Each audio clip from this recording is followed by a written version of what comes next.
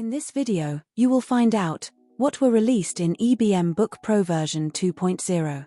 And also, it will demonstrate that Ebmbook Pro version 2.0 can now be used for any retail or restaurants, despite how complex your menu is.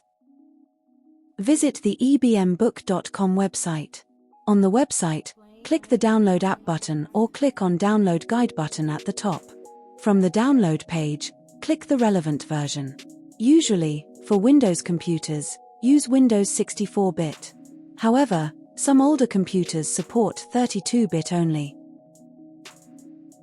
After you have downloaded the Ebmbook Pro POS software, log into the Ebmbook Central website to obtain your license key. If you do not have an Ebmbook account, you may sign up for one from the website.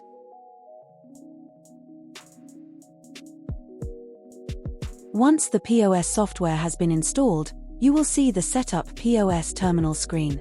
From here, you can see two options, the Server Terminal and Client Terminal. Usually, only the Server Terminal is more than enough to start with. Unless you require more than one POS in your premises and you would like to share data between all your POS machines.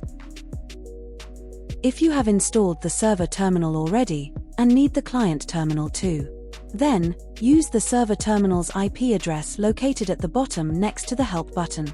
This will then enable connection between the Server Terminal ESD and Client Terminal ECT. ESD means Ebmbook Server Terminal, and ECT means Ebmbook Client Terminal.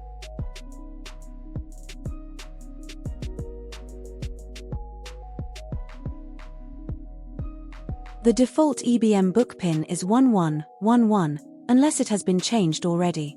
And that's all for now.